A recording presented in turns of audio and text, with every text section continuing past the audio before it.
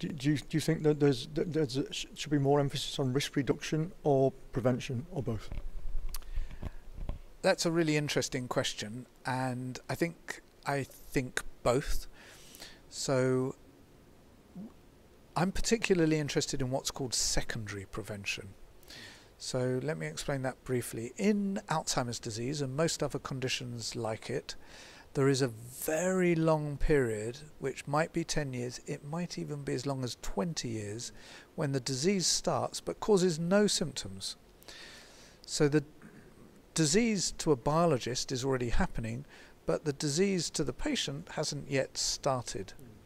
We can identify people in that stage if, and it's a big if, but if we had a treatment that was effective in that stage, it would feel to the patient like prevention, because the disease itself would be stopped and the symptoms would never start. Now, can we find such a thing? I don't know. But even if we could slow down the transition from preclinical to clinical, it would potentially have a very big effect. So that secondary prevention, I'm a real enthusiast for, and we're trying to find new drugs for that stage. When you talk about risk protection, I think that's more what some people would think of as primary prevention, stopping it from even happening in the first place. Well, if I'm honest, I've been a bit of a skeptic about that. It seems to me to be very, very difficult, intrinsically unlikely, and I may be wrong on that.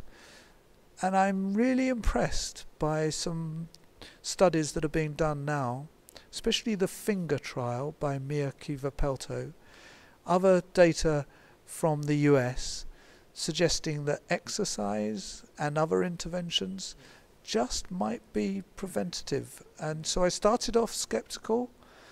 I'm not fully convinced yet, but honestly, it's looking really promising.